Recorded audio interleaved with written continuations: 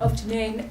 Should we just do our check-in injury-wise? We saw you training yesterday. There was no Tomiyasu, and Saka had a bit of a heavy strapping, he has done. But yeah, is everyone all right? Is everyone fit to go? Yeah, a few doubts that tomorrow we can resolve because we have another training session, so we will have to wait and see. Doubts over?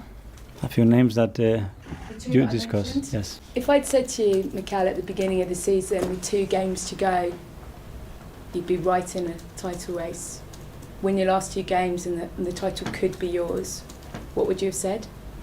I would have taken that pen and sign it. Yeah.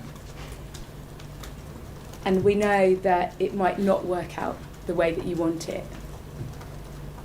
And can you give us a sense that if you have done that and you've signed that pen and you win your next 2 games, the sense of kind of crushing frustration, disappointment, or is it one of belief and joy because you're right where you wanted to be with 2 games to go? My brain always took me to the place where we are lifting the Premier League. That's what my brain is doing at the moment. So I just follow my brain and my gut, and this is how I feel. And this is as well the way that I want everybody to think. And hopefully we can achieve it. Just finally from me, Arsenal fans picked up their papers the other morning and saw Fulham doing some kite flying. And they were a little bit concerned that the Premier League title might be over. I wondered what you made of that and the idea of bonding, and I guess the best thing that you've done with this group of players to bond them, and I suspect it's probably not kite flying. The power of team bonding, nobody knows what is it, but sometimes you get amazing results with it. I've been in teams that we have struggling to win a game and go out for dinner, do an activity, and then start an unbelievable run. So again, I'm very positive that that's going to be what's going to happen to Fulham. Do you remember your best bonding? I mean, there was a phase of army training and co-steering and just hideous sounding things like that. Do you remember you got a moment that stuck out as a group, as a team? We've done a few. We've done trips with David Moyes. He used to take us around the US, and one of the best I ever had in my life. Okay, we'll get to something from me. Hi, Mikel. Hi. Is it tough psychologically to not be in control of the title outcome? How do you manage that with the players? Well, it leaves you a very clear situation that you have to focus and be determined to do what you have to do to be in the best possible position. That's very simple and clear, and that's what we are doing. And do you make sure the players know that it might not work? Do you have to prepare them to that possible outcome as well? No, we have to think that it is going to work, and what is going to work is that we try to be better than our opponents and beat them. And the final outcome, that would be something else that at the moment is not in our control. Manchester United aren't in the greatest of forms. We saw that at Selhurst Park. Does that count in this game, or do you think it's the fixture where you take the form out of the equation? I don't think about every game has a different context. We know the difficulty is in our history when you look at what we've done over there, so we're going to have to be at our best to earn the right to win the game. You don't have the greatest of records at Old Trafford, well, Arsenal don't anyway. Does it make it even more challenging to prepare that game, knowing you must win in this context? It is, and we know what we need to do, but first of all we have to perform at a really high level to deserve to win the match, and that's where the focus is.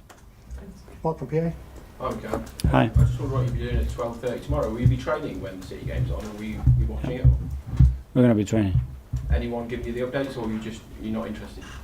I don't know if it's something that we can control, but I'm sure people will be connected to it. It's 2 years now you've gone head-to-head with what a lot of people consider, yourself included, I think, the best team in the world. What does that just say about you and the fact that it is 2 years? It isn't just a one-off. That must be important to you. Yeah. Okay. Jorginho, yesterday, and you announced you've extended his contract, short-term contracts. I wonder how important he is to you with what you're trying to do this season, but obviously going forward to next season, and if he needed any persuasion at all. I think there's no questions about his contribution to the team, the way he feels about his teammates, about the club, the way we play, and he's someone that makes everybody else better. That's his main quality. He's still hungry. He wants to win. He wants to win with us. He's happy here. His family is happy here. So for us, it was a really easy decision.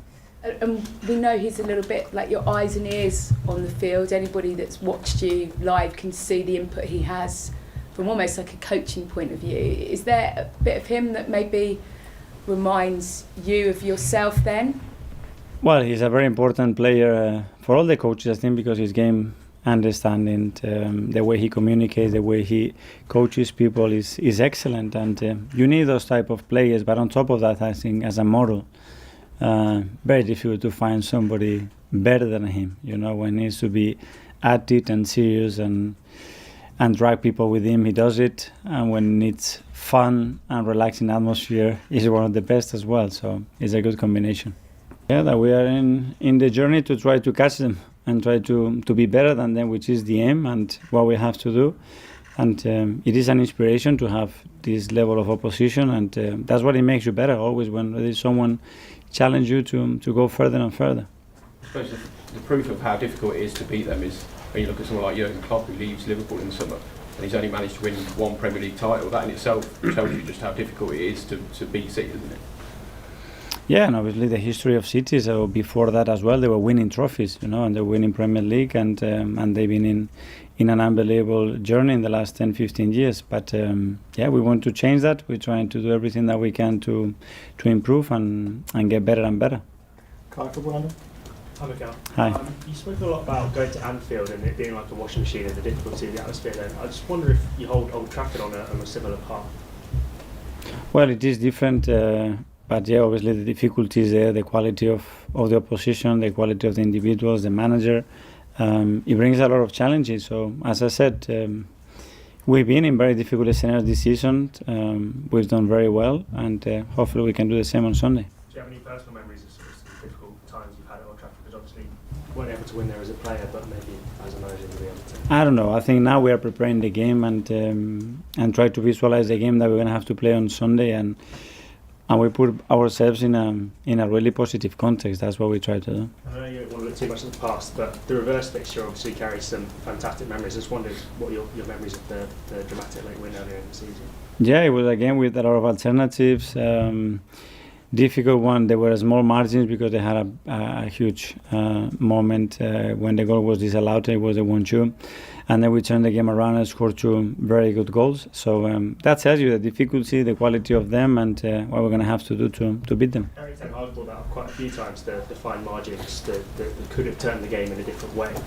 Do you sympathise with him sort of constantly bringing it up and saying, you know, this is how things could have changed, or do you almost find it a bit? Yeah, for sure, because at this level, that's the reality. The margins are so small, and momentum shifts in relation to an action sometimes in the game, sometimes in a season, because you need that momentum to something click and then start an unbelievable run. So, of course I do. John from the BBC. Hi, Mikel. Hi. I've just been speaking to Jorginho. You've spoken about him already, but signing his new contract, how important is that?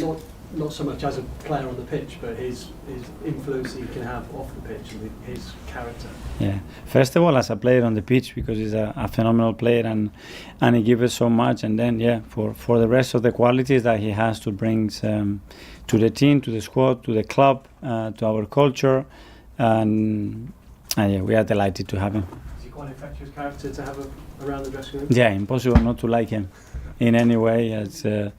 It's a super special person, a great family man with a lot of experiences, and he knows how to talk to people, he knows how to inspire people, and certainly he knows very well how to drive a team and be part of a really important team. And just one final one. How would you describe your emotions now? A couple of games to go. Is it excitement? Is there a bit of apprehension there? What is it? Focus on what we have to do, determined to do what we have to do, and at the same time very enthusiastic and exciting and enjoying the moment. Yeah. We'll stay outside, James. Hi Mikel, you spoke earlier on there about the story and the visualisation you have of Arsenal winning the league on the final day of the season. So I suppose the question has to be, where do you visualise City dropping points? Maybe at Tottenham or Fulham? That's something is not in our hands. I'm telling you how I'm feeling, the thoughts that come to my head, and what is driving my energy and my purpose right now is that ambition and that objective that is so good. How do you keep from getting too high and too low at this stage of the season emotionally? Being focused, I think, and determining what we have to do is the only thing that we can do, which is a lot, because there's still a lot to play for against very difficult opponents, and we know the turns and that can happen in this league, and you just have to look at the history of this league. Last couple in the live, Issam. Hi Mikel. Hi. Last April, of course, Arsenal fell away in the title race. This time around, you've made it to the end, well, nearly to the end, and you bang in contention.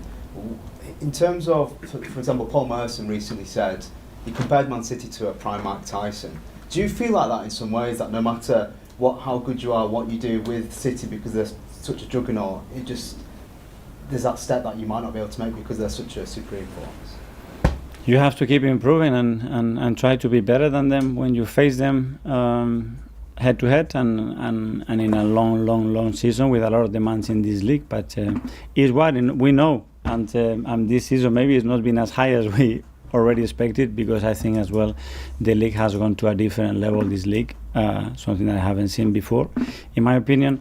But that's where we are. And with managers and refereeing decisions, with Eric Ten Hag, who's of course expected after the game for him to be a bit upset possibly because his team lost, but obviously he's brought up a few times this season. Do you think that gives United and his team a bit of motivation to try and salvage something or get something against yourselves this weekend? I don't know how they are feeling about this, but yeah, we have enough to think about how we're going to beat them and what we have to be better than them. Jordan. Mikel, I just wondered, there's a couple of people at Fulham that you'll know well, Leno and Willian. Have you had any words with them this week? No. Not at all? No. No, I just wanted to ask you about, you look back to that game in 2020, the first one at Old Trafford in so many years. You look at that squad now, in both teams, there's four players remaining at Arsenal, there's 9 at United. There's been managerial changes at United, but you've been the front and centre for that whole period.